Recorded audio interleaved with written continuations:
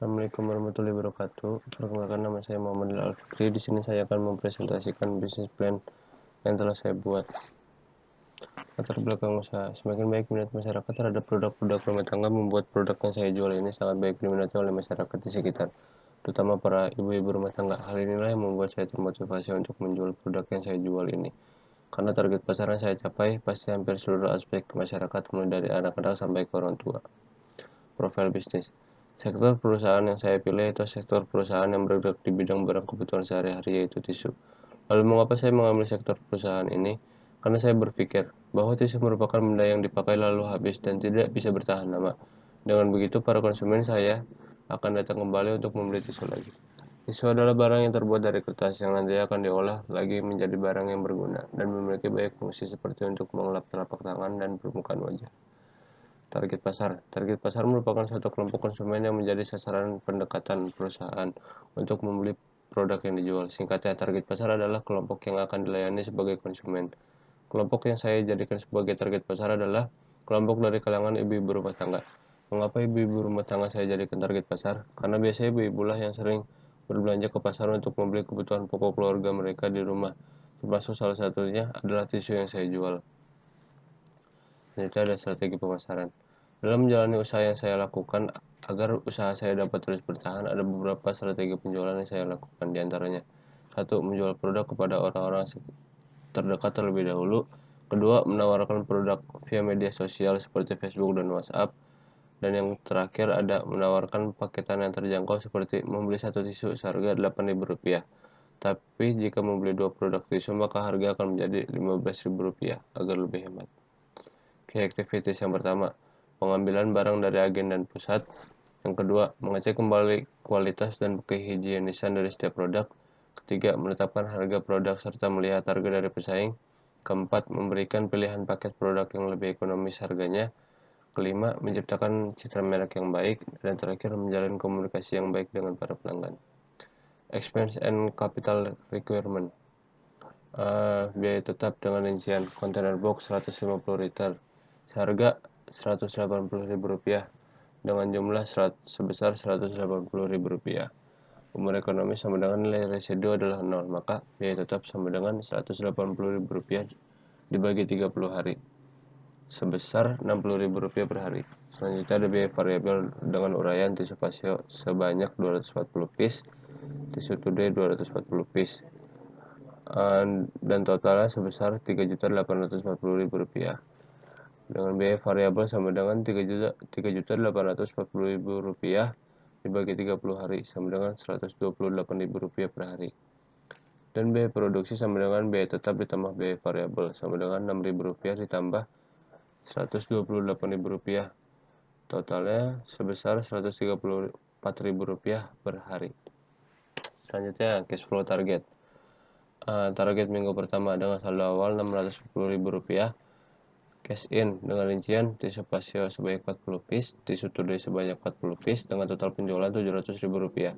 Cash out tisu pasio 40 piece, tisu today 40 piece dengan total pengeluaran Rp640.000 dan saldo akhirnya sebesar Rp700.000.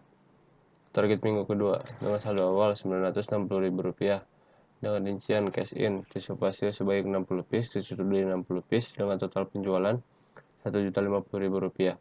Cash out tisu pay 60 piece, tisu today 60 piece, total pengeluaran Rp960.000 dengan saldo akhir sebesar Rp1.050.000. Target minggu ketiga dengan saldo awal Rp960.000 dengan rincian cash in tisu pasio 60 piece, tisu today 60 piece dan total penjualan sebesar Rp1.050.000. Cash out tisu pasio 60 piece, tisu today 60 piece dengan total pengeluaran Rp960.000 dan saldo akhirnya sebesar Rp1.050.000.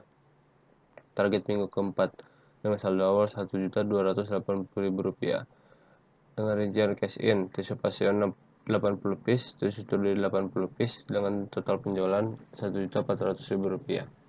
Cash out tisu pasio 80 piece, tisu today 80 piece, total pengeluaran sebesar Rp1.280.000 dengan saldo akhir sebesar Rp1.400.000. Selanjutnya cash flow realisasi minggu pertama Saldo awal sebesar Rp960.000 dengan rincian cash in tisu pasio 60 piece, tisu today 60 piece dengan total penjualan Rp1.050.000. Cash out tisu pasio 60 piece, tisu today 60 piece dengan total pengeluaran Rp960.000. Dan saldo akhirnya sebesar Rp1.050.000.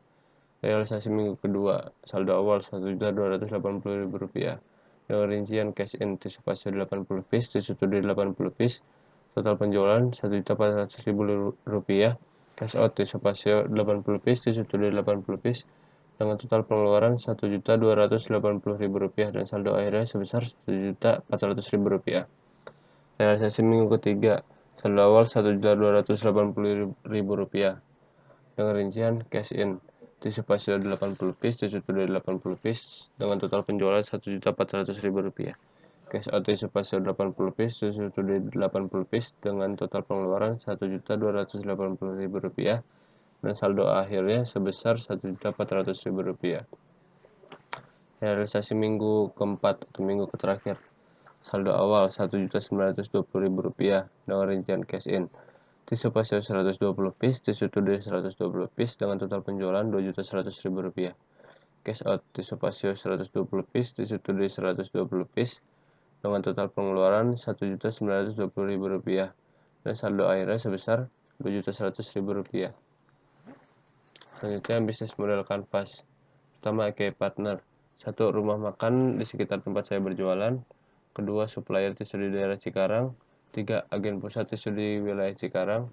Keempat, mitra yang bergerak di bidang kuliner. Kedua, key activities 1. Pengambilan barang dari agen atau pusat. 2. Mengecek kembali kualitas dan kehigienisan dari setiap produk. Ketiga, menetapkan harga produk serta melihat harga dari pesaing.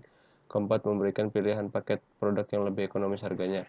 Ketiga, key resource 1. Sumber daya manusia. Yang kedua, handphone. Yang keempat yaitu 1. Facebook. Yang kedua, WhatsApp. Yang kelima, customer relationships. Pertama ada akun Facebook. 2. Kontak person via WhatsApp. 3. Via offline. Selanjutnya, cost struktur. 1. Biaya pengiriman. 2. Biaya produksi. 3. Biaya marketing. Dan yang selanjutnya, revenue streams. 1. Modal sendiri. 2. Hasil penjualan. Selanjutnya, customer segment.